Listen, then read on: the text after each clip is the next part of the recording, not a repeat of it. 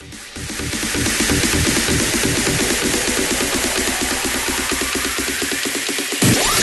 incident was about to take place that would shake the foundations of the civilized world. It is time to open your mind. Time to discover your divine self as we navigate this holographic matrix together. Strap in, Cosmic Family, as we slide through this wormhole of cosmic information together in search of the truth. You can't handle the truth. It's time to go inside the matrix. Inside the Matrix. With your host, Jimmy Brent. All right, welcome everybody to Inside the Matrix. I hope that all of you are doing well in spite of yet another week of batshit crazy in our world.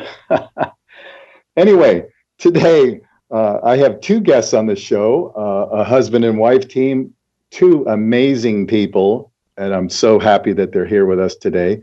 Bernhard Guenther and Laura Matsue, husband and wife team, yes. Growing up in Munich, Germany, Bernhard moved to California in 1994 to study drums and percussion at the Percussion Institute of Technology, Los Angeles. Being very emotionally sensitive and battling depression throughout his early life, Bernhard studied to face his shadow and fears. His exploration into rhythm and music became a journey of self-discovery and healing, which led him to spiritual, psychological self-work in the healing arts, studying and practicing yoga, qigong, meditation, dance, psychology, shamanism, as well as various spiritual and ancient esoteric teachings. Over the course of his life, Bernhard has studied extensively various healing modalities throughout his life and graduated from the Institute of Psychostructural Balancing in Los Angeles and the Esalen Institute in Big Sur, essentially developing his own unique style of integrative bodywork as a licensed and certified massage therapist. Bernhard also is a certified holographic kinetics practitioner, an advanced Aboriginal healing modality based on lore or universal law, and he offers holistic coaching sessions as well. Amazing, Bernhard. Anyway, I'm going to get to Laura now. Laura has studied a wide range of modalities, ranging from modern Western psychology and Eastern spirituality. She is a registered teacher of yoga and meditation, a certified holistic counselor, and an evolutionary astrologer. She has studied with Dr. Gabor, I hope I'm pronouncing that right, Gabor Mate's compassionate inquiry approach, a somatic psychotherapeutic modality, Tibetan Buddhism, and somatic meditation. She has hosted courses, retreats, and workshops with her husband, Bernhard, and also they have coached thousands of people. Laura is known in her astrology and holistic intuitive coaching sessions for being able to give people a clear overview of their karmic situation in this lifetime, according to their astrology chart, as well as give them practical tips on what they could do to work with these different areas of their lives, mind, body, spirit, from an evolutionary perspective. Typically, her clients are looking to be more connected to themselves, their relationships, and their spirit. She often works with people who are in the midst of major life changes, death, breakups, trauma, changing career, etc., or anyone who is just hoping to live more in alignment with their deeper soul purpose. Welcome to the show, Bernhard and Laura. Hey, Jimmy. Can you hear us? Yes, I hear you. Good. So we figured out the mic. Okay, awesome. That's so glad. Now, if I could just get my laptop going here, we'll be all set because I'm on my phone right now. Because, I guess it's Mercury retrograde or something happening where these little things pop up. But I'm so glad you guys are here. I've been following your work for quite a while. And I really appreciate what you guys do. To me, the two of you are, really a great example of what couples could be and the potential that is there. And I really appreciate that. Thank you, Jimmy. Thank you. So I'd like to start with the new guests on the show. If you wouldn't mind, give us your perspective on, now I read part of your bio there, Bernhard, on you came from Germany and everything. And what was it like growing up in Germany? Was it a lot different from here? And then after you, Bernhard, I'd like Laura to kind of give us her background of where she grew up and how she was raised. And, you can share as much or as little as you like, but people, I'd like to give them a kind of a feel for where you came from. Yeah, sure. Well, actually, what many people don't know, I was actually born in Los Angeles. My parents are both from Germany, yes. My dad, actually, that's a whole story in itself, but he escaped from Eastern Germany in the 60s, literally jumping off the ferry, swimming on the other side to the west, and met my mom in West Germany in a refugee camp. She was Polish, escaping from communist Poland.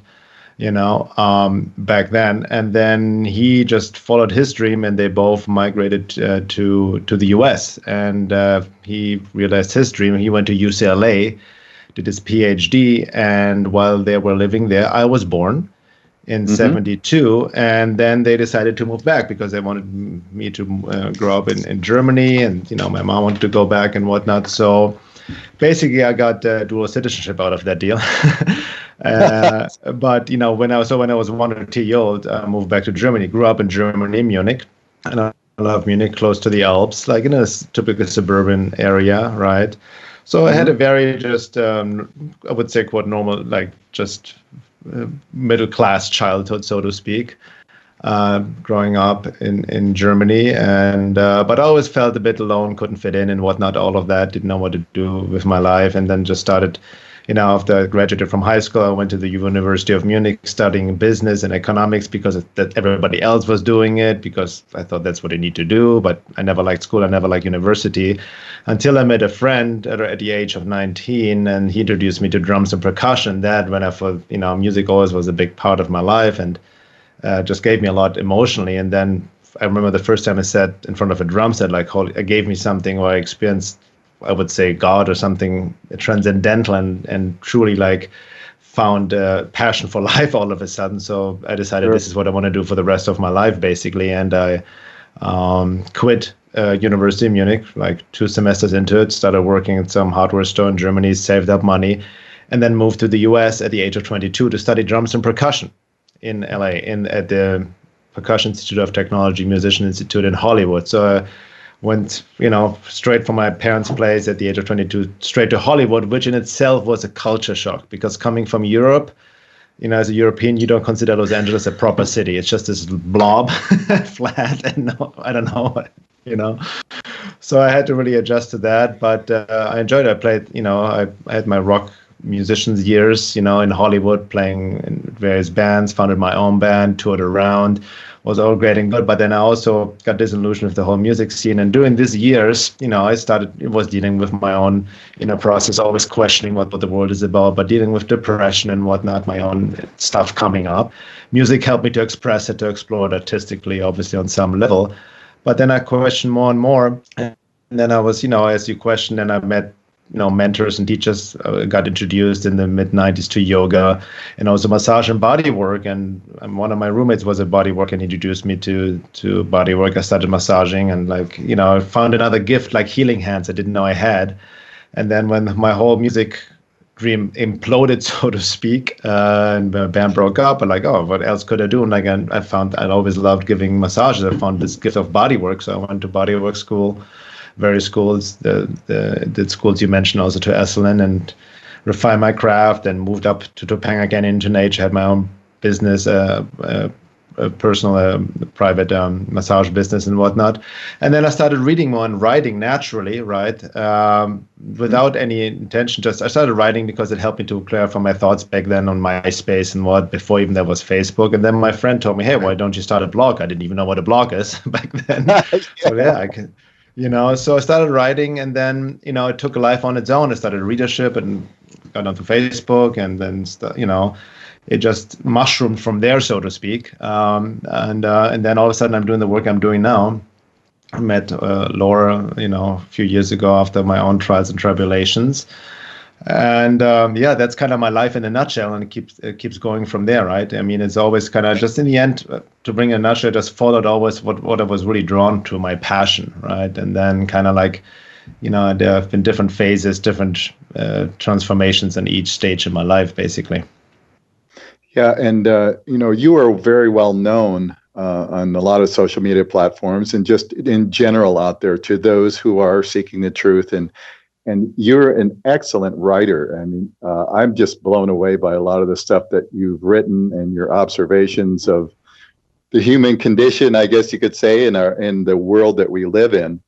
Your website, veilofreality.com, I highly recommend people go there and sign up to get your subscribe to your newsletter, because it's really, really well done.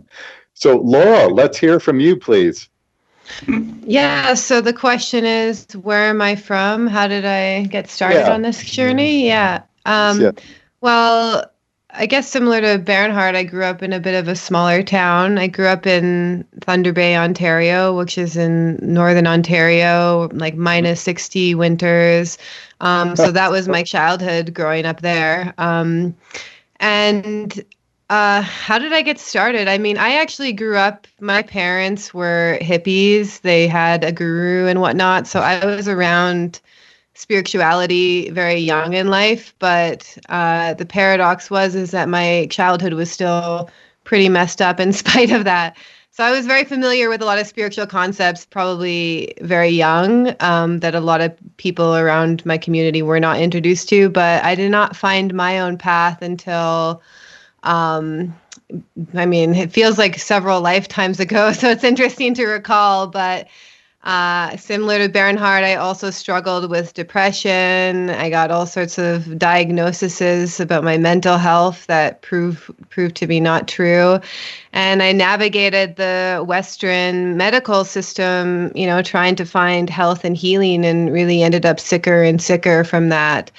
So eventually, after like over a decade of like extreme trauma and really spiraling out of control and not knowing what to do with myself, that's when I really started turning to spirituality in a very serious way. And I had my own awakening experience where in a really bad situation in my life, I basically prayed and I got a sign from God and my prayers were answered. And from that moment, my whole life turned around. Basically, it was like a kind of a divine grace. And that started my own healing journey. And then I started doing yoga every day. I started getting really serious into meditation. That was back in like late 2011, 2012, basically, that kind of dark night of the soul that woke me up, and really started to figure out how to work on myself holistically to like heal trauma in mind, body, and spirit, and really understand the bigger picture perspective on what's going on this planet, basically.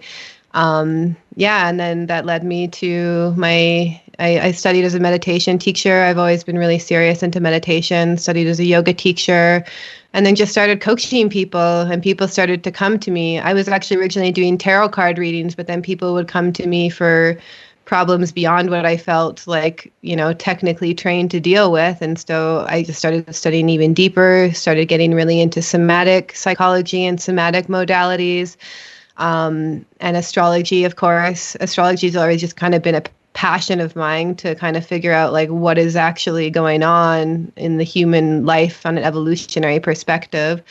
And then, it kind of just brought us together. And then we started doing work together and doing retreats together in Peru. And I just realized that this is kind of what I'm here for. And this is what I truly enjoy doing. And even all the difficult experiences I've gone in my life have actually become really useful during these crazy times, where a lot of people are suffering, a lot of people are waking up in the same way that I was kind of forced to go through. So I think that's it in a nutshell. And now we live in the U.S. together. Yeah. Now here we are, and who knows what happens. Yeah. In the future.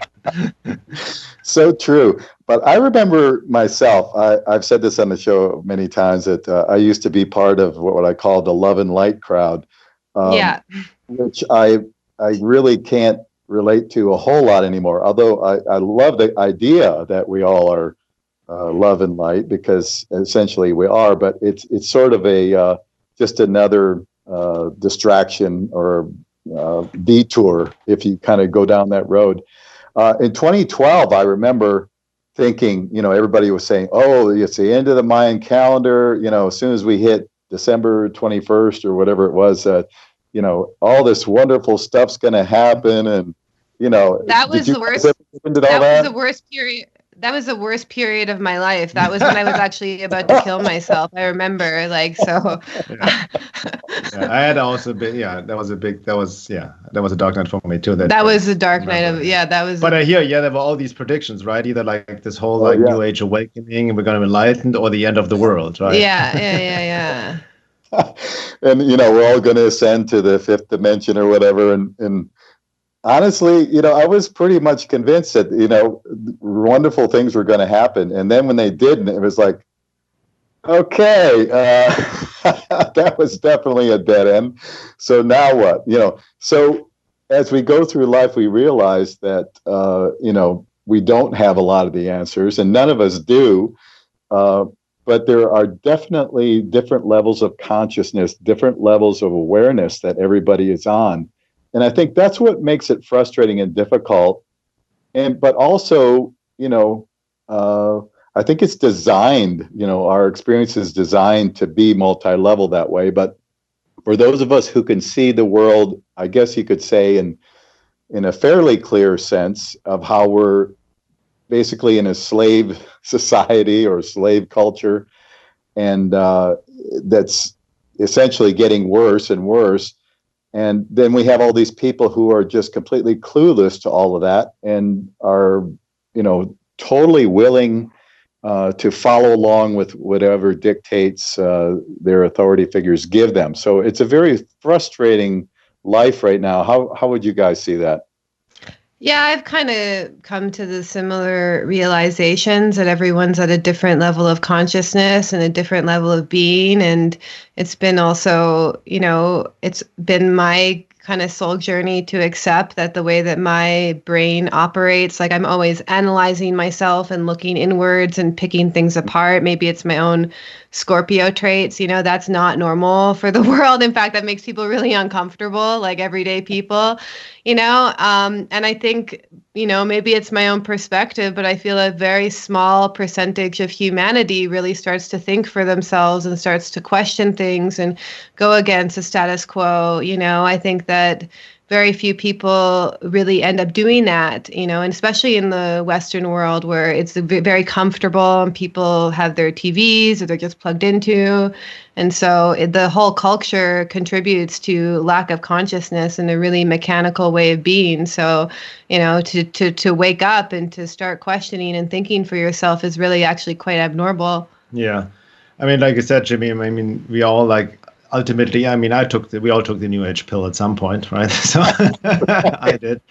It's the spiritual bypass, and I don't really think there's truth in that. It's just the higher truth. Yes, we are all one and all is love, but we are still in this lower level of third density, and we are one. But I also realized we're not all the same. And the biggest misconception I had early on, always in my immature New Age revolutionary days, so to speak, love and light days, I assumed that everybody feels and thinks like I do. But that's not the truth. Yeah, we're all the same on essence, and we may look all the same, but the inner wiring, as Laura said, the level of being, that level of soul integration varies tremendously from person to person, right? So that's what I realize more and more. And it's not about even a judgment of better or worse. It's just soul trajectory. And, what I realize too now, what Laura and I, we've worked with so many people, thousands of people one-on-one over the years in our own process. And, I have to also realize, who am I to judge another person's soul journey when I'm still figuring out my own soul purpose? So there's so much in the unseen.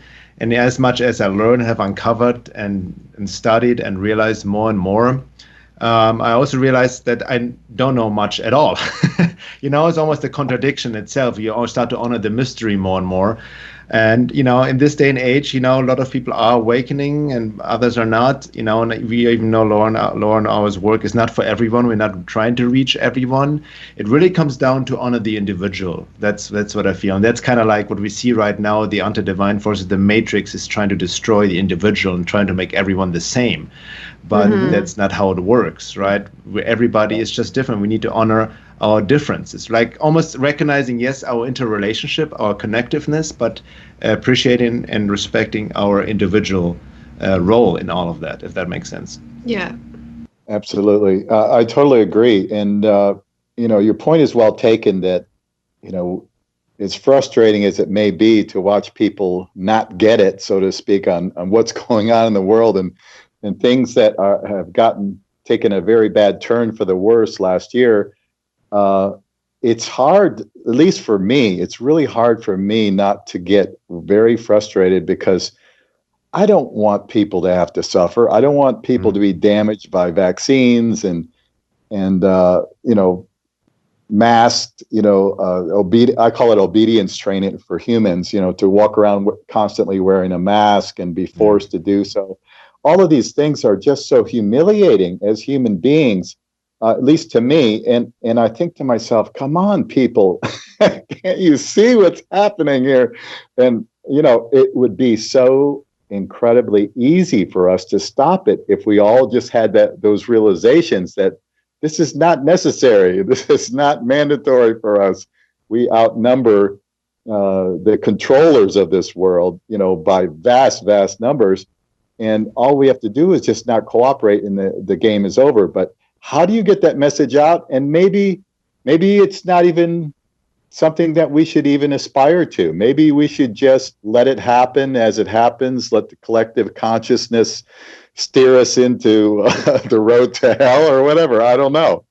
Well, I personally feel like the consciousness in someone needs to wake up before they make any of these realizations. And unless people are just going through a spiritual emergency or a spiritual experience, or they work on themselves with intentional self-work, spiritual practice. And I don't know, maybe I'm a little bit negative in my thinking, but I don't have a lot of hope for people unless they change their consciousness. Because I even know in my own journey, the only thing that gave me insights, realizations, made me realize even some of the more difficult parts of myself that needed to change is because my consciousness changed and I was able to see things from a different perspective.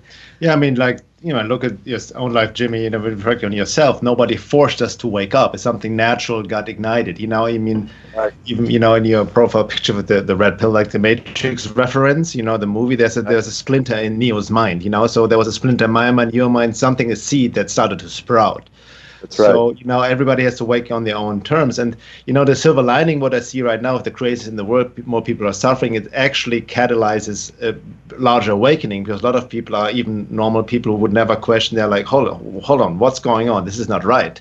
You know what I mean? So it's kind of the contradiction, almost the oxymoron in what we see in the world going on. Like the more we suffer, the more people start to wake up. Even my own suffering, or what Laura described, initiated a deep awakening, started to question myself, I need to work on myself, what's really going on in the world, And in any self-work, we only heal or change where there's discomfort in a sense. This is almost the role of suffering I see, as paradoxical as it may sound. I totally agree with you. And my question in that light is, how freaking bad does it have to get before? True. Yeah. It had to get really bad for me. So.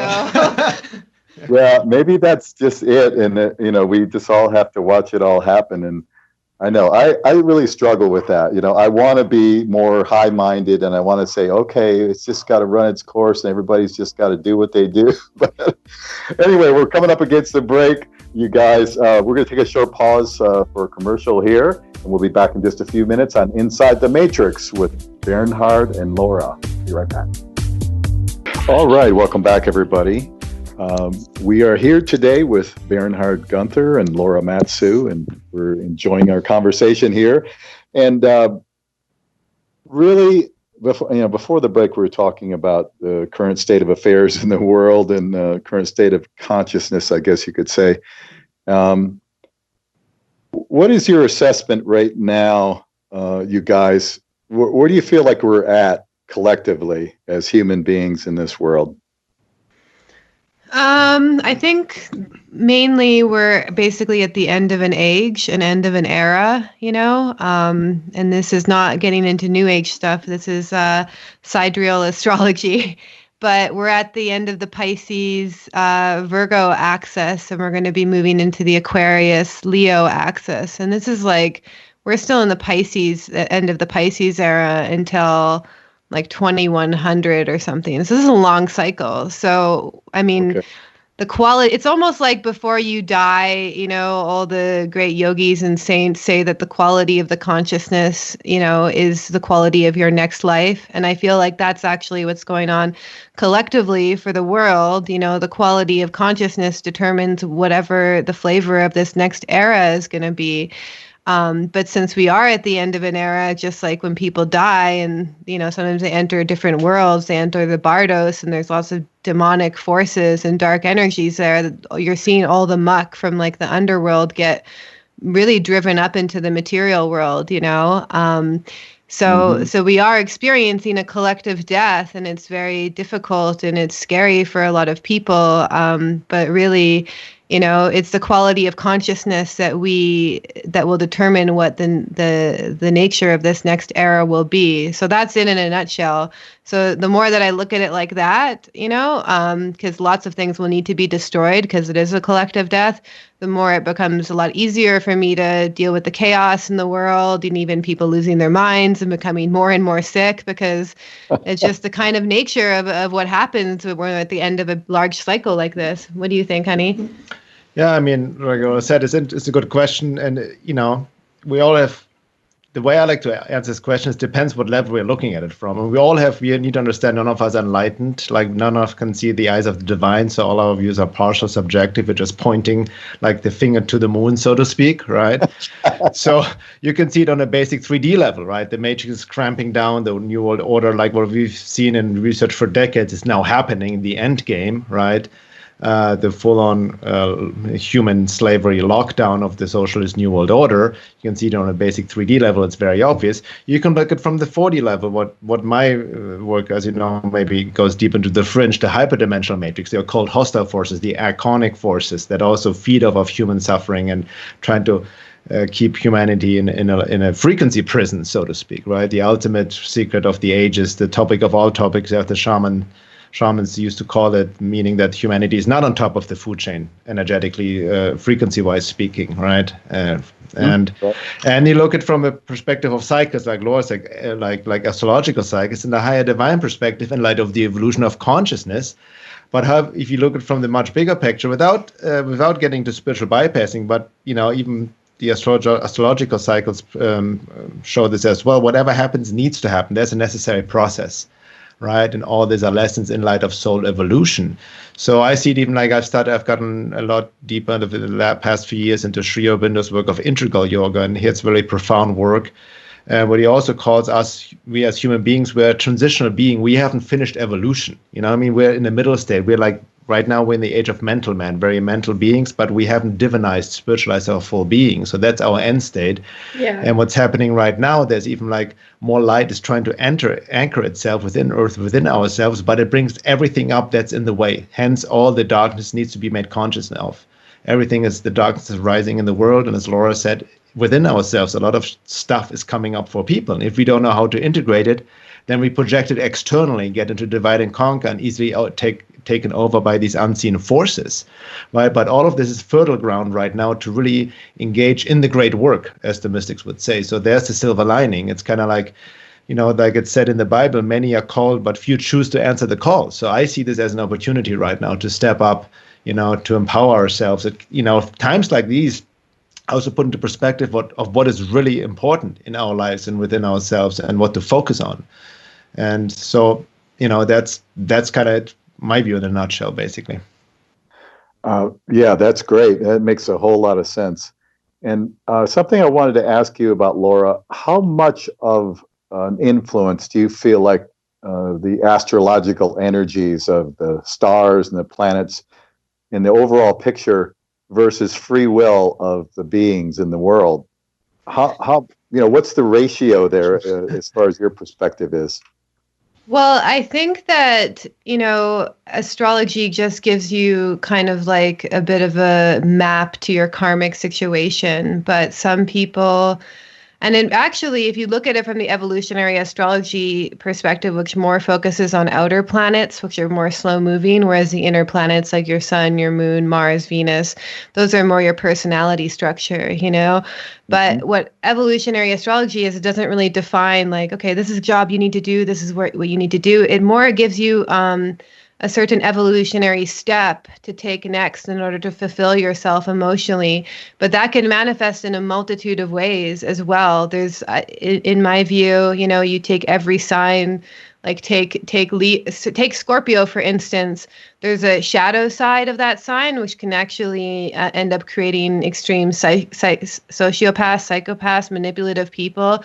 And then there's a really, higher evolution of that sign, which gives almost like a psychological awareness, because the person is very internally focused and they're able to unpack their own psyche and the motivations of others. So I think that, it's not like whenever I see an astrology chart, I don't really make assumptions about that person. I just can kind of see the situation that they're dealing with and the energies that they're dealing with, but how it manifests is so dependent on the free will of the individual, and the more that you really align to certain parts of your evolutionary astrology, like the North Node is a huge focus of it, the more it actually gives you a general direction to fulfill yourself on emotional level. But I mean, it really depends on the choices that people make as well. Like I've seen charts where I'm like, this is potential for a profoundly sensitive person, psychic person, but they're living in a job that they hate, that totally robs them of life force. So that's a choice that they made in one level, where their gifts are not manifesting to the fullest extent that they can, because they're held back by maybe their cultural programming, parental programming, core beliefs, so it's really up to the individual. And that's what I actually like about evolutionary astrology. It's really looking at the whole person and seeing that the chart is only as useful as the person who's in front of you and struggling with those issues or struggling to find their purpose. So I really believe, especially, it's really up to the free will of the individual, basically. Yeah. Yeah. So I think what I'm getting out of that is when we come into this world, energetically, we have a certain set of gifts and abilities. Yes. And that we are given and saying, okay, here you go. Here's your here's your gifts. Now it's up to you what you're going to do with them or not do with them, right? Yeah. And also not just gifts and talents which you discover, absolutely, which in mostly are buried because of a lot of cultural programming, matrix programming, education to keep us disempowered, disconnected from our true selves, but also at the same time soul lessons, karmic lessons, right? Which you've taken over from lifetimes over lifetimes, the evolution of the soul, Obviously, that requires people to quote unquote believe in the past lives and reincarnation. But for me, that makes completely sense in light of the evolution of consciousness. So it's both. For me, the way I see it, like my own realizations from a higher soul perspective, they're not even good or bad experiences. They're just experiences in light of soul evolution. Right. And then we judge it as good or bad. But you're right. Then I see it in my own life as I was sharing in my introduction. Yeah, a lot of the gifts I discovered in my own life, I didn't discover until later in my life, until my 30s or even 40s, when I really stepped into my power. But in our official culture, we are supposed to find out, no, you're 18, 19, 20, get in college, now decide what you're going to do for the rest of your life. You hardly know yourself, right? Yeah, that's actually, even from evolutionary astrology, your life really doesn't start kicking in until your Saturn return, which is which follows your first nodal opposition. And that happens around 27, 28, 29, 30, so that's really when your adult kind of karma kicks in and you got to start figuring yourself out. So the way that the education system is set up, I mean, I wish they did it based on more astrological cycles, because those are more turning points in people's lives. Yeah, but then the whole system would collapse. So yeah, exactly. But you're absolutely right, because I know in my own life it was around 28 that a major shift happened to me. I had been playing in bands. I was musician, singer, and on the road, acting crazy, partying, playing music, having a good time. But when I hit between 28 and 30, I had a shift completely of what was important to me and what, how I should be leading my life. So yeah, I think that's a major deal. But there's other influences too that I know really, really affect people. And a lot of this is the wounding that we have, this the emotional and psychological damage that we encounter as children. And I know for a lot of people, they really never recover from that. Even, into their elderly years, they're still triggered by it. There's, how do people address those things? Those terrible traumas that they encountered as children. And, we're all damaged goods to an extent, right? But I think some people have had just really horrific things happen to them as children. And I think that plays into the whole idea of psychopathy too, because it's a generational thing that happens in those families on purpose, to keep them in that non-caring, non-compassionate sort of frame of the world. What's the best way for people to deal with a lot of those childhood traumas and woundings that they experienced? Well, again, I think it all depends on the individual, but from my experience, like what works for one may not work for another. But from my experience, because I was even sent to therapist when I was 5 years old. I grew up in a very special situation.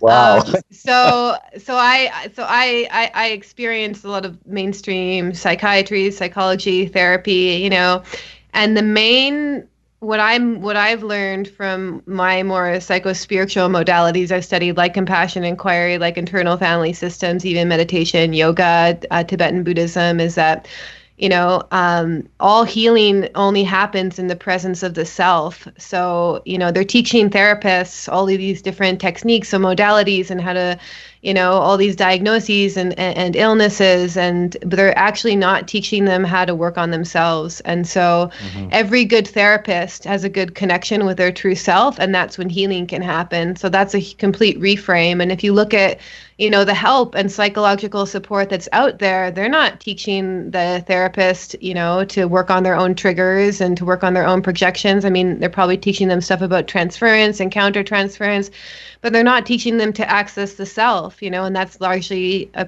huge piece in psychospiritual work, meditation, etc. So that's the big piece. But for people on a practical perspective, we're really dominated by a lot of like cognitive behavioral therapy, CBT, kind of changing mindset. It's top-down approach, change your thoughts and you'll be a better person. But from my own experience, especially when you're looking at trauma, you have to take a bottom-up approach. So you have to actually look at the body and all the traumas and emotions and holding patterns in the body. And that's where your whole life story is. That's where your childhood trauma is stuck somewhere in your body. So that's where people need to start looking, basically. And so you can do this with, I highly recommend, somatic therapy. Compassion and inquiry is one of them. I know there's somatic experiencing, but the body has to be included in the healing process in some way. Yoga and meditation, especially is good for getting rid of this kind of chronic tension, and I'm not dismissing the talk therapy sometimes helps to formulate a narrative. But what I noticed is, a lot of people intellectually understand what happened to them and how bad it was, but their body has not processed it yet. And then once the body processes it, that's when they can really open up to their life again. Yeah, because trauma is because that's what I learned also from working as a professional body worker for over 20 years, body-mind connection, that our trauma wounding is manifested in the body. Meaning wherever we hold tension, we assume that the tension is related to our, because the way we sit, we hold ourselves. Which is part of it. Which is definitely part of it, yes. Right. Absolutely, but a lot of we hold tensions, actually unprocessed emotions that have manifested and are stuck in the body, unfinished experiences, and then we disassociate. We don't feel them. We don't want to feel them. So there's trapped emotions which need to be released. And through the somatic work, like Laura said, but generally, what I would say, what I've realized also within myself, and that's also the work Laura and I engaged. Even we recently started offered some courses. We take a whole group through.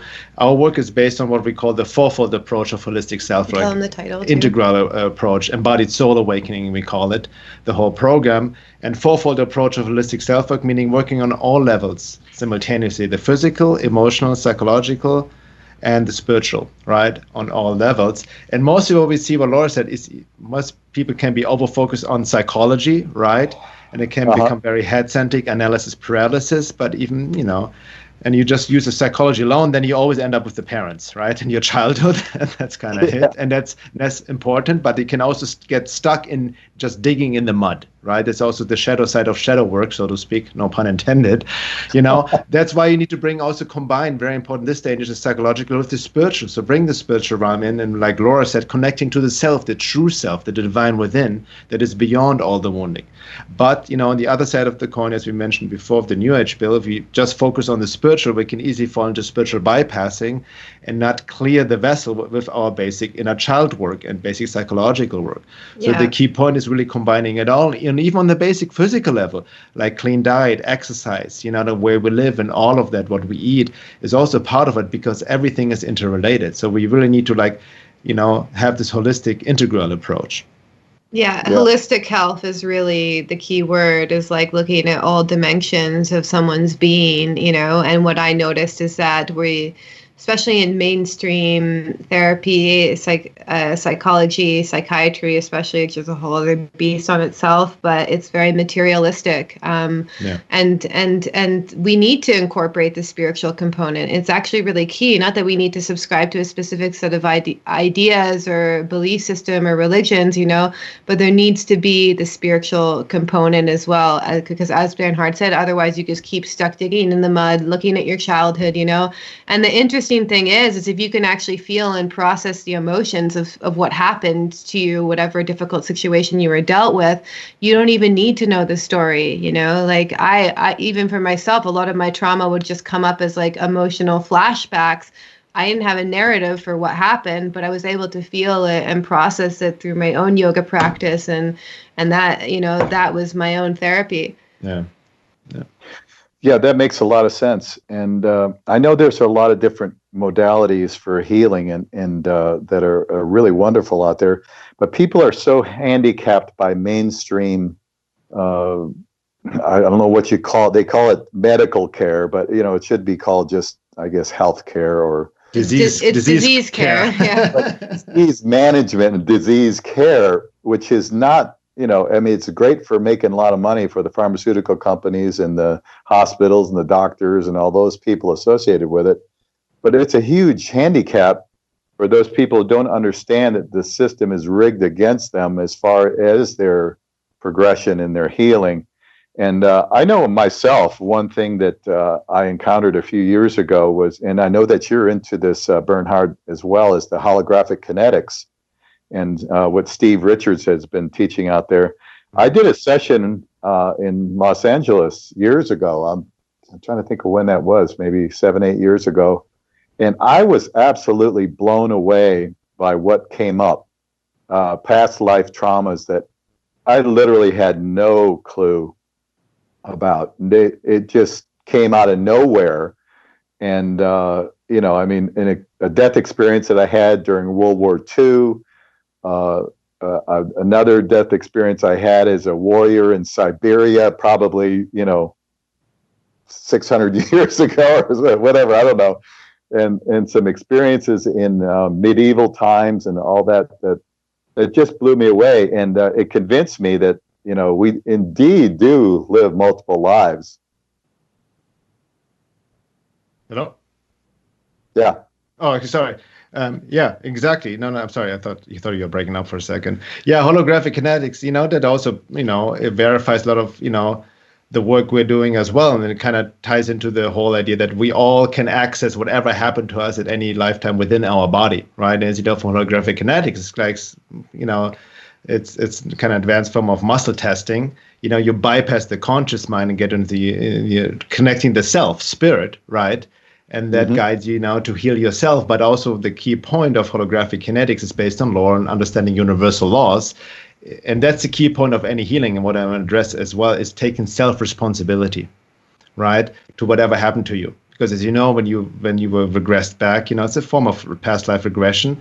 Whatever happened to you and whatever you created, you will experience again over yourself, right? So this is the law of cause and effect, known as karma. Obviously, that has been very distorted throughout the ages, even used for social control and all of that. But there's truth to it, the law of cause and effect and karma, right? Even like with Laura's evolutionary astrology, you can see your karmic setup or blueprint within the chart as well.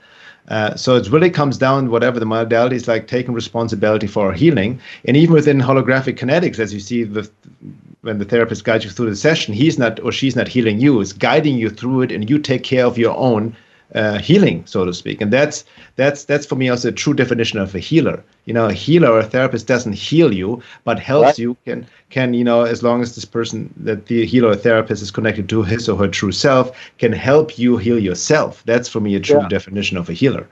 Yeah, and then you get to rewrite the script, which is amazing to me. And then as you heal yourself, you're healing previous and futuristic generations, right? Exactly, because it's all interconnected. It's all holographic. That's implied in the word, right? I mean, I like the holographic kinetics. Is very potent modality.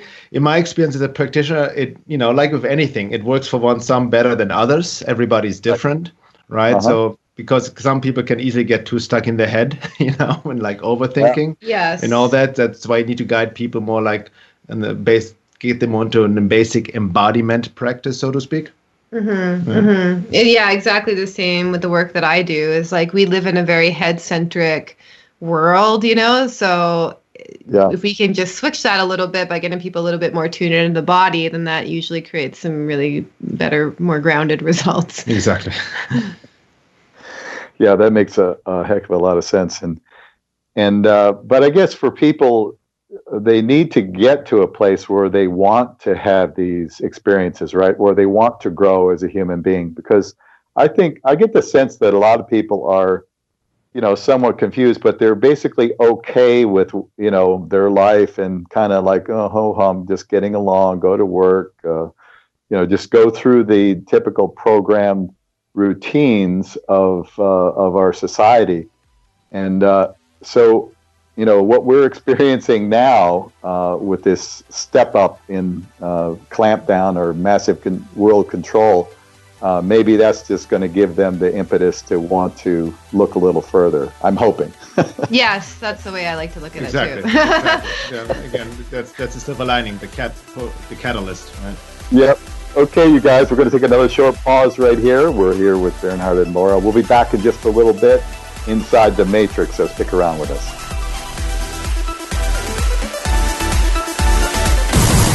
All right, welcome back, everybody, to Inside the Matrix with our special guests, Bernhard Guenther and Laura Matsue. And today is an interesting day for a lot of people because we have the Super Bowl going on, and we have the bread and circuses happening out there to keep people distracted from the other nonsense that's going on in the world. And it's a strange thing that we as human beings are so easily distracted. It's like, look at that shiny object over there, or look at that Super Bowl, or look at this, and look at that. And by the way, you need to get a vaccine. And by the way, better wear that mask. And people just kind of, okay. That's very frustrating, I think. Yeah, I mean, in general, I feel like, you hit the nail on the head, not just with what's happening, like the mainstream, distraction with sports and all of that entertainment, but we live in a digital age, an information age, and, it has its benefits. We have, access to internet, to information all over the place. Even now they're cracking down with censorship on big tech, but we can still, we're decentralizing, we can communicate, we can research a lot of things, but we can get easily distracted. Even social media and all of that, as great as it beneficial, for Laura and my work, to spread the word, to connect with others, to do all of this. But, there was a great article by someone called Mark Hansen a couple of years ago, and he called, the current currency right now is attention. They fight for your attention. So it's we need to be very mindful of what we focus on attention, because you can get really sucked in onto the internet, social media, the death scroll on Facebook and all of that. Yeah. And even with the information out there, especially in this day and age, what's happening, it's important to be informed, but it's for many people a hard time discerning, right? And then they get kind of addicted to the novelty of what's happening, and it distracts them from their own lives, distracts them from their own creative potential to really create something fundamental in their own lives, right? To really also create a positive timeline without just consuming information all the time.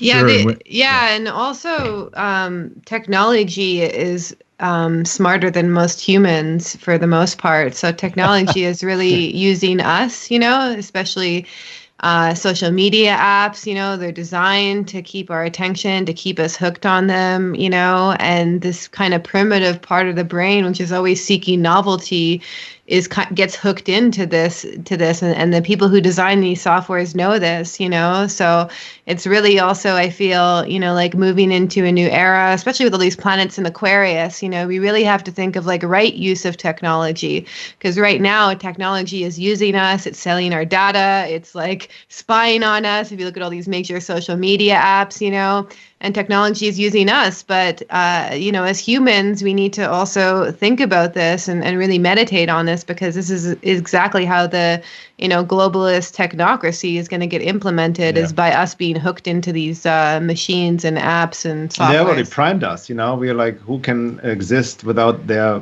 smartphone, to let it be for a couple of days and whatnot. So we're already like the Pavlovian response, and even the attention span is diminishing more and more. Yeah. The short attention span epidemic is also a matrix program in the sense, hardly anybody can read more than 2 paragraphs in this day and age. Mm-hmm. Even like, I don't know, you probably see my website, some of my articles are pretty long, and people are even, there's an entitlement, like I'm already like, it's kind of funny actually, because a lot of my articles, a lot of material on my website is for free, and some of them are longer essays. And then as people still complain that I get emails, why they're so long? You could email summarize. Can you give me a summary of this and that?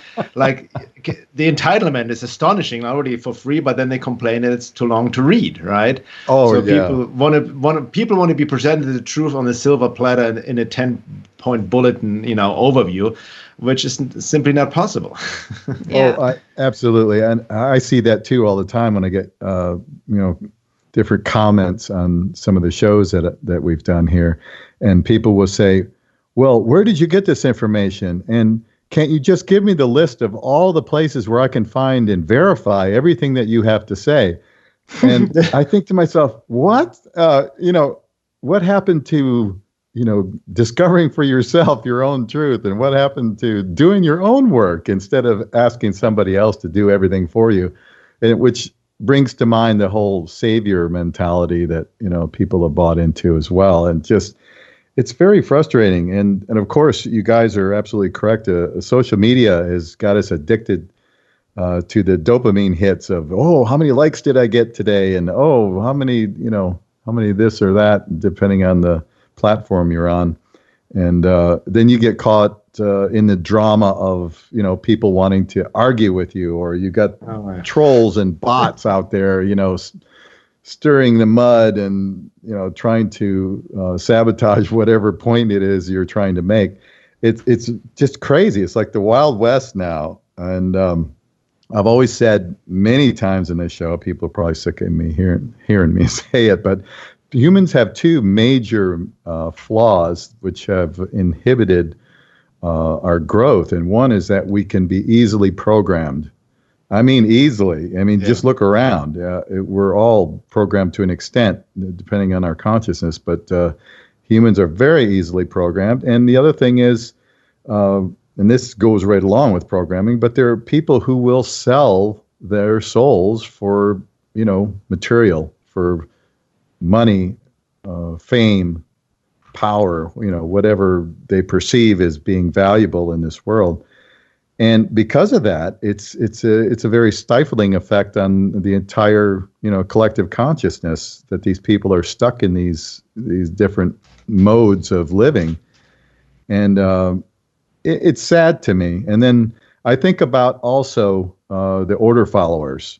And Mark Passio has done a lot of great work describing that phenomenon in our situation, in our societies, that we have these men and women who will follow orders mindlessly and do whatever they're told, no matter what. And, if people only realize that without the order followers, the ones that will enforce by force the edicts of the world controllers, they have nothing.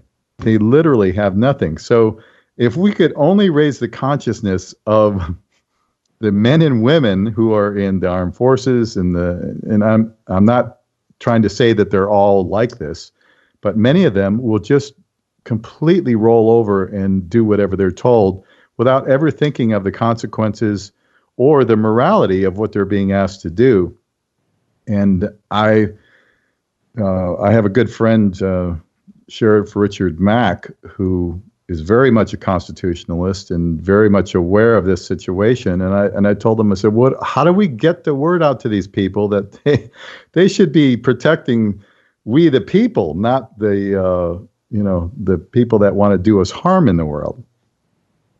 Yeah, the thing with also followed Mark's work and with the whole order followers thing, and it ties into something deeper. It ties also opposite into authoritarianism, right? Uh-huh. But the way to reach people is not just by logic information alone. And stop ordering follows. You have to understand, psychology, and even deeper esoteric, the soul wiring, the self, what we talked about before. So anybody who just follows orders blindly, which is not just the people in uniforms and whatnot, but many regular people are all order followers, being authoritarian people who just do what as they're being told, even like you see with the mask and everything, even if it doesn't make any sense anymore. They're just being told what they're told. Where the rise is from a deeper esoteric perspective is lack of embodiment, lack of soul integration, lack of what we talked about, connecting to the true self. And that's how the whole matrix operates, and also relates to people being head-centric, stuck in the head, right? That's our whole education system. That's how people are being primed. And since childhood, it disconnects us from our body. It disconnects us from essence. The IQ, intellect is worshipped. It disconnects us from our intuition, right? We're not being taught about embodiment, emotional intelligence, how to tap into our intuition, which is our inner compass, right? So we are more externalizing. We are distracted, with technology to externalize, and constantly look outside ourselves for solutions, for answers, and for somebody to guide us. Right. So that's where the rise is from. So the more we're disembodied, the more we're disconnected from ourselves, the more we want other people, even unconscious or conscious, to tell us what to do. Right. And that's where the rise is from. So the only way out is in again. Right. To find our own. The only way for order followers not to follow orders anymore is not just by trying to convince them logical. It's impossible. If that would be possible, we would have been enlightened already 10 years ago.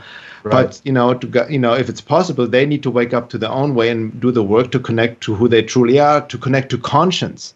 Because if you truly connect to conscience, to your true self, then you won't follow these orders, right? But as long as you're disconnected from yourself, you just become a mindless robot. And there's no way, that's why, my personal view, it's misplaced anger to kind of like rant on like order followers and all of that. Because there's no getting through, right? It's like talking to a wall. It's impossible, right? There needs to be a different approach, I feel, and that starts with ourselves, But, I just watched, I don't know if you heard of Amazing Polly. She has a channel. Yeah, I love Amazing Polly. Yeah, I love her. I just watched a recent, monologue talk on BitChute. She's now, because she got deplatformed, it's called So You Want a Revolution. And she talks at the beginning that 98% of people want to be led. They want to be told what to do. They want to be ruled over. So that's what we have to understand. That's why, for example, the blind spot of many anarchists, voluntarists, anti-status, which I saw myself in at some point as well, anti-government, screwed, we don't need government, we can govern ourselves. But our consciousness is not ready for that. Most people want to be told what to do. They want to be led, and that's where we are in right now. So you cannot override that, right? So that's why goes back to what Laura talked about. We need a shift in consciousness generally, and that just happens, on an individual basis until we maybe reach a true critical mass. And what do you think that critical mass is? Is it 3%? Is it any thoughts on that? Is it 10%? 144,000. This is like I could be getting these numbers wrong, but Jeffrey Wolf Green, who's like the founder of the School of Thought of Evolutionary Astrology, said that something like 90% of people are just acting mechanically, going along with the program, going along with the status quo. and 8% of them can think for themselves and critically think and start to ask questions, then only 2% actually are turned towards some form of spirituality, according to him. So when I heard that, I know it is depressing, but it is actually probably the reality of the experience, you know, and that Sounds was about right. yeah, that was the hardest part for me too, to realize. It was like, wow, a lot of people, number one, they're just sleepwalking through life, you know. And number two, I think that maybe this is like kind of the flaw of like the economic success of the West, is they're lulled into comfort. And, you know, look at these HD TVs that are on like, you know, every night, and they're in a beautiful home, you know, and they're in this prison of their life, and they don't even realize it, you know. And even the brainwashing that goes on through media for decades of their lives, like this is a lot of stuff to undo, you know. And sometimes it actually does take, you know, like death, medical crisis, illness. Those are all opportunities for awakening, or sometimes in the rare case, people have these kind of spiritual emergencies, you know. And that's actually kind of the good thing about COVID, and how much it's kind of pushed a lot of people in the world to its breaking point. I mean, the real epidemic is really, you know, trauma and mental illness. You know, that's been going on for a while, but it's really become exaggerated because of all the social isolation and whatnot. So, you know, sometimes people like maybe it's my own life experience speaking, but sometimes people do really need to get pushed to the edge to turn towards some higher power, to turn towards spirituality, or to even start asking questions about the way that the world is. Like, you know, really, because the comfort in all the people I've coached, you know, the main thing that tends to get in the way of people actually growing and changing is they're comfortable with their lives as they are. So they haven't yet had an experience where the rug has been pulled out underneath them. And if they did, you know, maybe they didn't jump on the opportunity, because it seems like the comfort of people's lives is what tends to keep them asleep, and it's actually also by design. Absolutely correct. I wholeheartedly agree with your assessment there. And that brings to mind something else, in that I want to get you guys' take on this. How many actual human beings, percentage-wise, do you think are in the world, as opposed to maybe something else, maybe placeholders, NPCs, that people refer to them as? I often wonder is this whole Matrix holographic world set up for maybe a much smaller number of actual humans amongst a lot of role players, possibly. What do you think? Well, that ties into another, as I would call, topic of all topics, and esoteric secret, which relates to an article I wrote almost 10 years ago called Organic Portals, Soulless Humans. And it's one of my most read essays on my website, and it's a lot of excerpts from other books, from other people's researchers, like curated and whatnot. But basically the premise is that not everybody has, you know, soul potential, meaning that there are a lot of soulless humans, meaning, you know, they are literally like NPC, non-playable characters, without soul potential, meaning they are not, in this lifetime, cannot activate the higher centers, right? When you take the basic 7 chakra model, they only exist on the first 3 chakras, you know. Right. So the heart is not activated. The heart is not activated. The throat, the higher speech, the higher mind, the higher self access is not activated. They're not able to activate it. They just exist on a purely physical, survival-based, consciousness existence, right? And they're intermixed with others. So, you know, based on all the esoteric teachings, it's kind of like half of humanity doesn't have a soul potential, right? That goes even back to esoteric Christianity. These are the true Christian teachings before the church made it a dogma and distorted it and all that.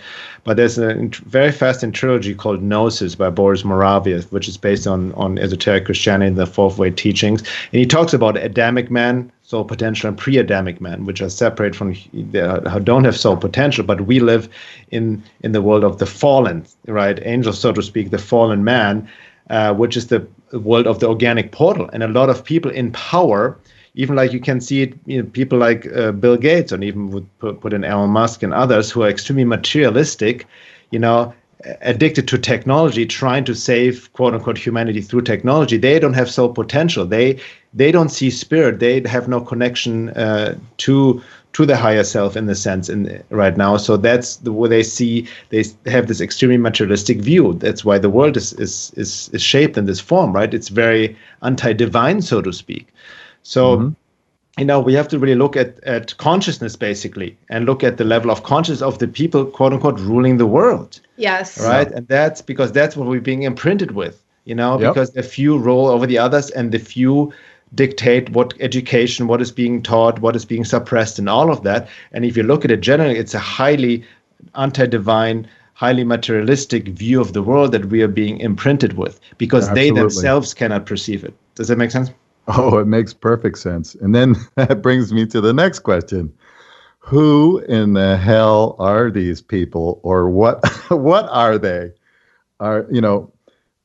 Before you answer that, though, I just want to make a comment. I think that there's a very small number of actual human beings in this world. Maybe a couple 100 million.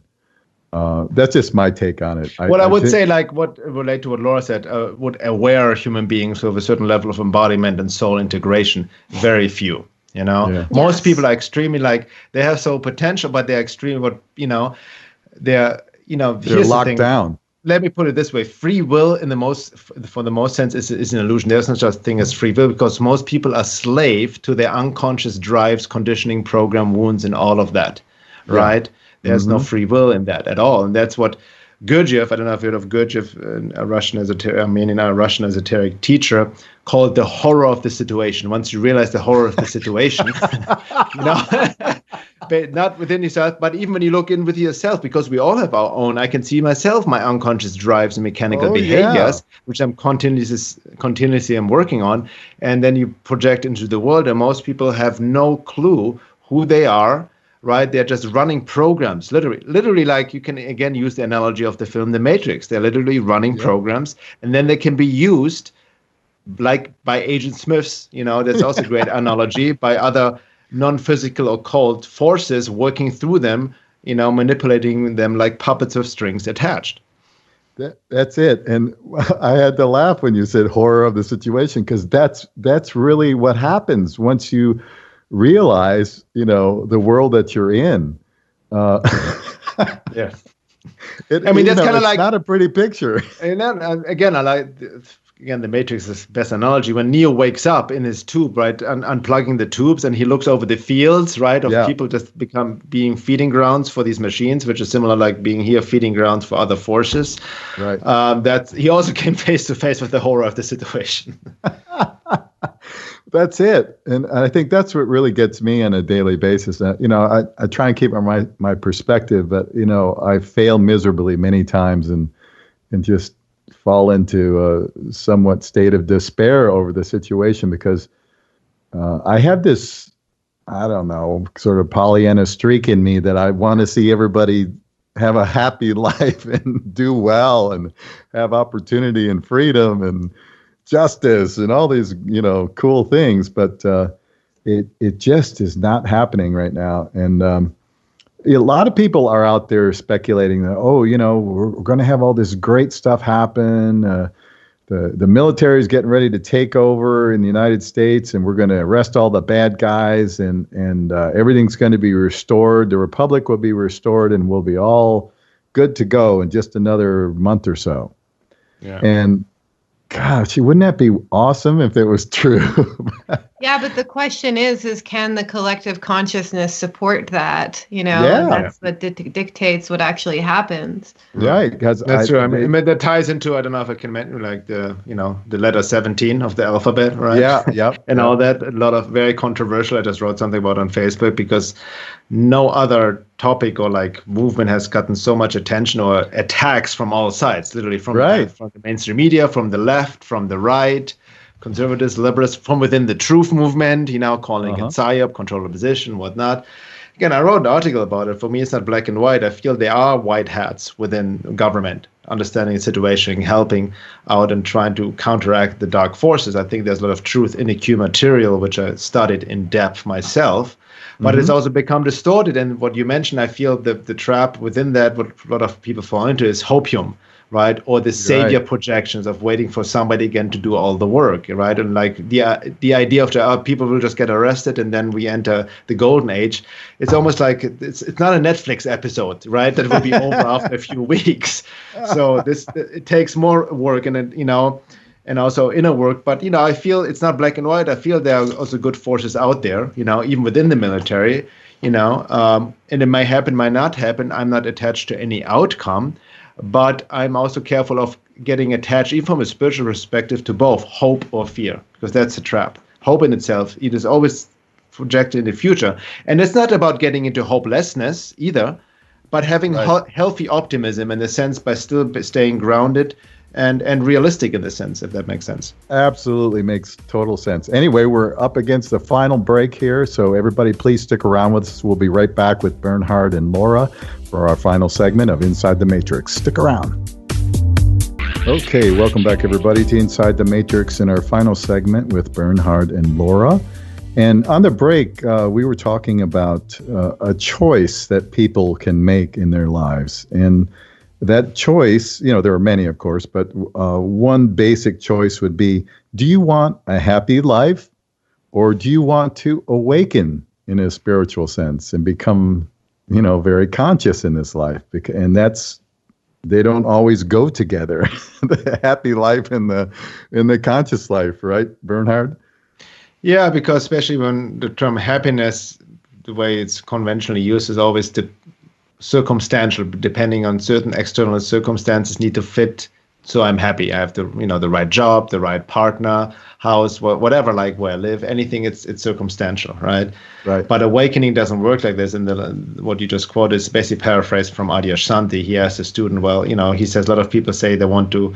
I'm paraphrasing him. He said a lot of people say they want to awaken, but what they're really saying, they want to, have have a happy dream life, right? Rather than awaken out of their dream, so to speak. And a true awakening in that sense, from a spiritual sense, as you just alluded to, is the eradication of everything that is untrue. It's actually a destructive process, as Adyashanti would say as well. And many teachings talked about, like Carl Jung said, for example, the tree that reaches to heaven has to have its roots in hell. Sri Aurobindo said, no one can reach heaven who has not walked through hell. I mean, these are symbolically, metaphorically, but a meaning about making the darkness conscious. Carl Jung said, one doesn't become enlightened by imagining figures of light, but by making the darkness conscious. So that's, we need to walk through the dark, so to speak, and that's what we're doing now collectively and also internally to reach our true light. And that's where you then reach true bliss, true joy, which even transcends happiness, because it does not depend on anything externally, right?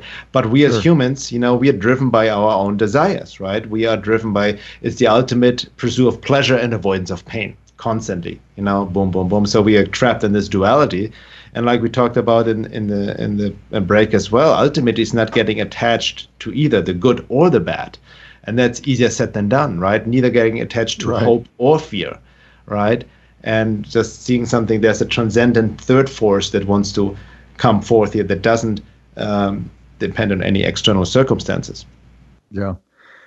So, Laura, I want to get your take on what do you think? Of course, in our lifetimes, we have a certain state of consciousness and everything. But do you think in between lives that we actually return to maybe a sort of godlike state where we are fully conscious and fully aware?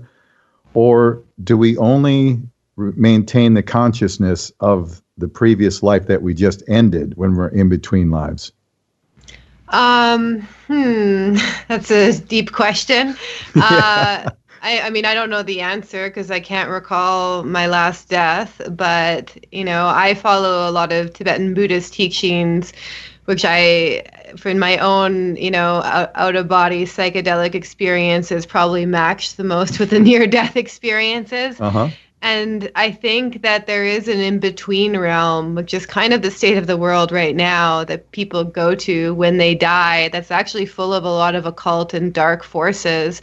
And that's why it is really important to really, anchor the light and anchor your higher consciousness at death, because I mean, death is still going to be confusing and dark and full of all sorts of bad spirits, that it can be hard to navigate these subliminal realms unless you really have a really deep connection to the self, to your higher consciousness. So I don't know if that's a very optimistic view, but I think that, what were you going to say? I was going to say, it reminds me, it's interesting, I read the Tibetan Book of Death. Yeah. And also the Egyptian Book of Death. And a lot of the spiritual teaching, the ancient esoteric teachings, they understood that our life on Earth, the lifespan or lifetime is just not even comparable to our eternity, right? It's just a very small aspect, but it's an opportunity. So the way the ancients saw esoteric work in a life was exactly relating to what Laura said, was about preparing for death so the soul knows where to go at the point of death. Yeah, like in Tibetan Buddhism, and even I had a friend who had like a Korean Buddhist wedding, and what they do is they actually recite prayers to they basically do a type of ceremony where they bring in the objects of the person who just died and then recite prayers to help the person remind themselves of their eternal nature, the soul rather. They're not a person anymore, because they are stuck in those in-between realms in the bardos, and they want to help facilitate the soul to either not reincarnate or to choose like a life that's filled with spirituality is basically ideal. And I have had experiences, I'm pretty psychic, of like people who have passed on, who get stuck in between those realms and stuff, and it is very confusing for the consciousness to even, know where to go next as well. I mean, there's all sorts of different fringe ideas going on as well, like don't go towards the light and it's all a trap and whatnot. Yeah.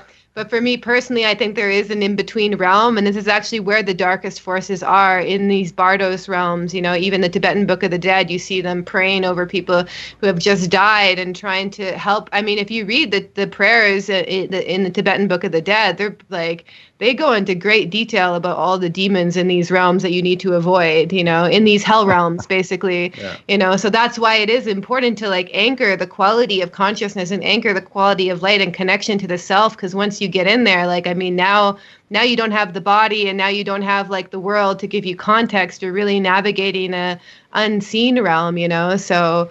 Yeah. I mean, that's I mean, true. That ties also into spirit attachment. I've also studied Dr. William Baldwin's work about spirit releasement therapy. A lot of people dealing with spirit attachments from deceased people, like Laura just said, a lot of spirits are, so quote unquote souls, are stuck in the astral realm of people who don't even know that they died. Exactly. They can have traumatic deaths, you know what I mean, accidents or murders, whatever it may be, and because they've never like connected to their true self being, they are very confused. I mean, that ties into also even haunted places and whatnot, where just simply spirits that are stuck in the lower astral realm, right, and kind of wandering aimlessly. And it's not about to infuse fear, but the key point comes again, the more you use this lifetime to do the great work, to really focus on what's important, to connect to your true self, then the more your soul knows where to go. That's why it's also important to know how to die, in a sense. I mean, the ultimate end of a yogi, or the goal of a yogi, is even to be able to die consciously. Yes. Right. That's the ultimate aim. So even though your body's breaking down, even though there's a lot of fear there, like that's the ultimate test. Yeah. That's wild. And I know that those of us who have experienced the astrals, psychedelically or otherwise, there's a lot of pretty nasty entities running around in there, and not a place where I want to hang out very much. That's for sure. The other thing is that I wanted to ask you guys is, who's running this show? I mean, it's obvious that there is an overarching force or forces. I guess a lot of people would refer to them as sort of demonic forces, because they're definitely not steering humanity into bliss. They're steering us into more like oblivion or or some dystopian state of being of slavery. Who are these people, or what are these people? Any thoughts on that? People meaning like you mean what these forces? Yeah, are they in fact physical? Are they non-physical? The ones that are really pushing and steering humanity. Well, but there are different levels. I mean, ultimately, the question when he says who's running the show, still the divine runs the show, God. Nothing can override divine will. Everything is one, right? But then it gets more complex, very paradoxical, because even there's the divine and evil, or the divine experiencing itself, himself subjectively, the dark side of creator and all of that. So you can become a bit of a philosophical mindfuck, to say the least.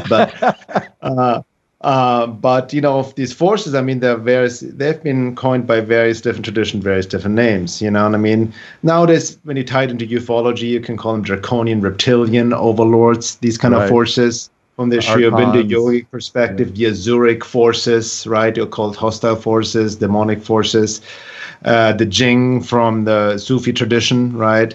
Archons from the Hermetic tradition or Gnostic tradition. And esoteric Christianity, they call the hyperdimensional matrix the general law that oversees humanity. So they've been given names and whatnot, but you know, there may be different levels.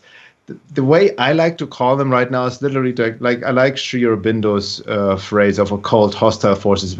Occult simply meaning hidden forces.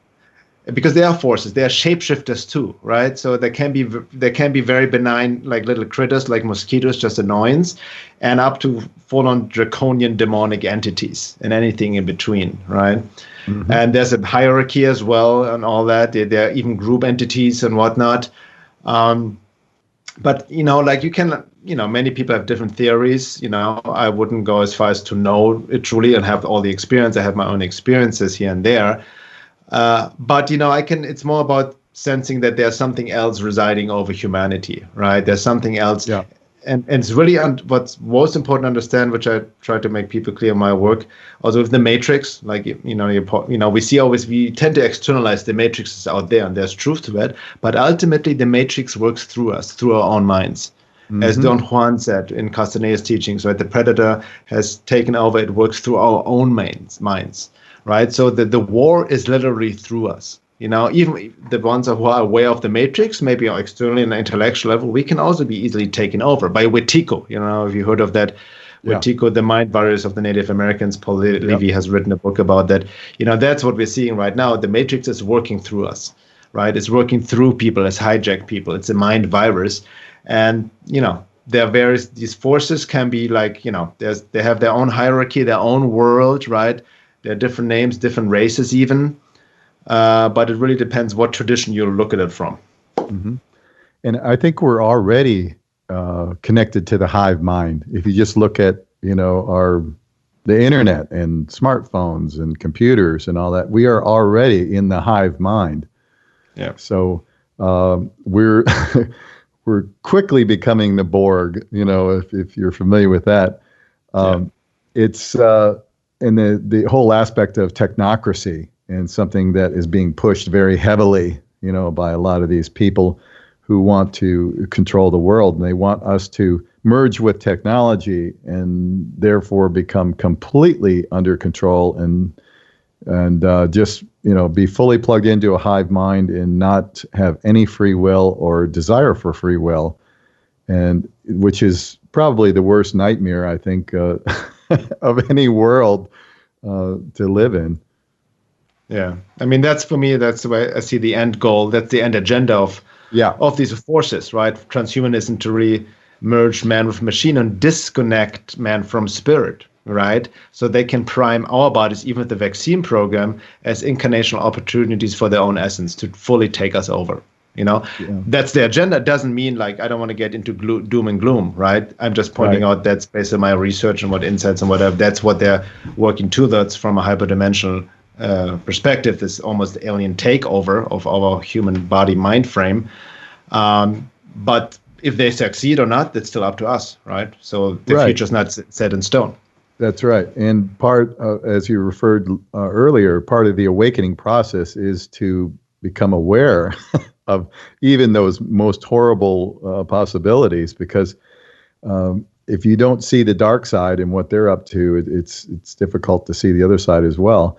So I always try and end the show. We've got maybe 10 minutes or so left, and on a more positive note. And we've gone through, We're talking about aliens. So far, it's been a miserable failure. But I think let's try and steer this into a more positive aspect. And I know you guys know how to do that. And so let's talk about what we can do. And I know you've already referenced the idea that each of us individually must do the work ourselves and become, in touch with who we are and actually merge with our higher selves, right? Yeah, in more or less words, there's two timelines going on, which I've written about, which even this astrologer Dane Rudger wrote a book about in 1972 called The Astrology of America. And he basically talked about this kind of technocratic New World Order, which is one timeline, and then a profound psycho-spiritual awakening as well. And I think that's been going on for a few decades now. And I even feel like it's actually because a lot of people have been doing this profound inner work, especially, in the West. Like we've all sorts of different traditions, yoga, Buddhism. Obviously, there's all sorts of spiritual materialism there, but there has been an awakening process. So it's really about, doing that psycho-spiritual work so that you can really be in your true power. Because the thing is like, this kind of darkness like fades in the light of like divine grace. Like it's so much more powerful than these kind of dark psychopathic forces which have taken over the world, and there's no chance that we have to fight them if we're just also lowering our own personal frequency by getting into hatred and anger and just projecting all our stuff on these psychopaths. Like we actually need to anchor the divine force, and then that's the best chance we have, So on a practical level, this means like taking time for yourself, unplugging from social media, just taking time to really feel your feelings and become a human being. And that's how we really activate the heart chakra. A lot of people like are even scared to love themselves or the people around them. And that all starts in working on your heart and working on your emotional body. So it's really important we take time for ourselves and we learn how to withdraw our senses from the craziness of the external world, because it will get darker, and it will get crazier, but if we're grounded in the light of our heart and we're really being the change and we're being the people that we want to see in the world, then that's what's going to create the shift. You have something to say, honey? I love that. No, that's true. I absolutely agree. Again, I always see the silver lining. Even when you look at the lockdown, people we should never be locked down and shut down the economy and all of that, sitting at home. But even there's a silver lining. You can use the time, you can waste it, smoke pot, drink, watch Netflix, binge on all that, but you can use to study, to read, and even maybe become an entrepreneur. There's a lot of opportunity right now actually to become more self-employed rather than, okay, I'm not getting a paycheck, I got laid off. But, maybe there's a silver lining in the bad news as well, right? To actualize yourself, to motivate yourself. And even I see even a silver lining with the censorship we see on big tech, right? It forces us to decentralize. We have a great community going on Telegram right now, or on my forum on my website, or the courses we offer right now, right? It forces us to decentralize, to create community, to connect and all of that. So there's always a silver lining. We need to get out of our pattern. It's easy to complain about the world always, yep. And sometimes I need to release my vent as well. Sometimes it helps, right? But in the end, instead of complaining, okay, how can I use this situation? It's out of war strategy, becoming anti-fragile, becoming a true warrior in this day and age. The warrior archetype is so key. And it reminds me again of Carlos Castaneda's teachings, Don Juan. He said, an ordinary man, complains about this and that, and everything is good or bad, but a warrior doesn't complain. For a warrior, life is just challenging, and challenges are, right? And we need to embrace them, to use them to become better human beings, to use it as fertile ground, like Laura said, to work on ourselves and inspire us and motivate ourselves. And sometimes it's bleak, yes, but again, there's always the silver lining. Yeah, these times really, are the best material to engage in deep spiritual work because everyone's getting triggered, everyone's getting upset. You have there's a lot of material to work with if we're willing to do it. We could actually, if everyone just learned how to work on their triggers, every single person in America, we would probably have like a mass enlightenment, like really quick. That's true. Really quick right now. Yeah, I agree. We could just exponentially just grow collectively as human beings. That would be totally awesome. So one final question for you guys, and then I want you to talk about what courses or classes, conferences, whatever you have coming up. Do you ever get the feeling that maybe collectively the real human beings in this world actually designed this experience that we're going through called life? The real human beings? Yes, that those of us who have souls actually designed this virtual reality world to experience in. The world we're experiencing right now. I mean, ultimately, it's divine creation. I think we're just like, for me, I see, again, what I mentioned earlier, as Aurobindo talked about, that man is a transitional being. We're just in between states. We're still caught up in the animal body, right? But on the way to become divine Gnostic beings. And we're like in between two worlds, so to speak. So that's where I see it right now. And then, there's other things, maybe we are living a simulation, and literally like the Matrix, the film, like a computer simulation that is, we developed in the future, and it's coming back around us, I mean, there's different theories. I mean, ultimately, time is an illusion anyway. That's another mindfuck, so to speak, right? Because everything is happening at the same time, so there's no future or past. But again, for me, what I know from an embodied experience, what I realize, all there is are lessons, right? From a higher evolutionary perspective. And everything what happens needs to happen, and there's also nothing wrong in creation. Yeah, the worst things. That's the thing. That's what I realized on a deep level. Even all this evil and everything plays its part.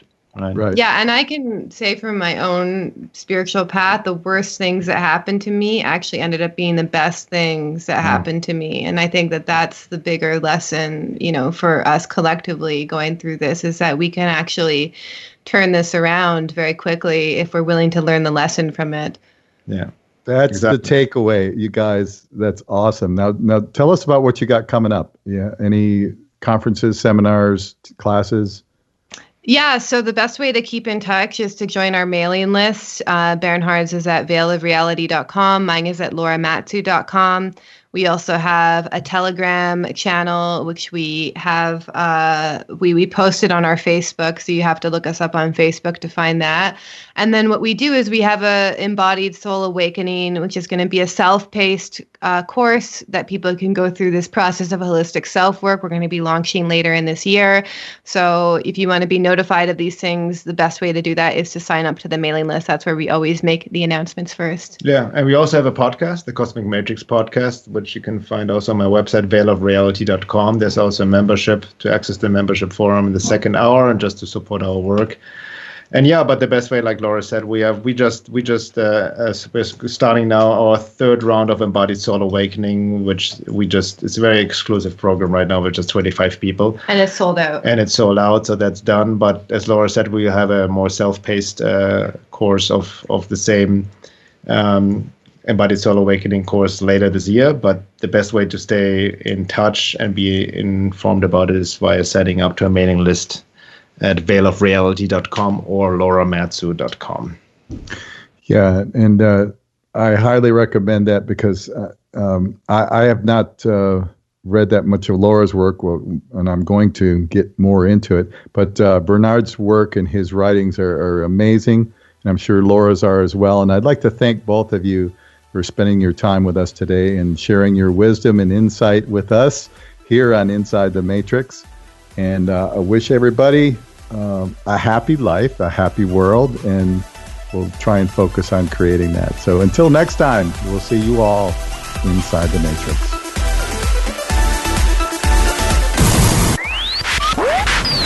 This is Inside the Matrix, hosted by Jimmy Brent. Who are we talking about? Jimmy Brent.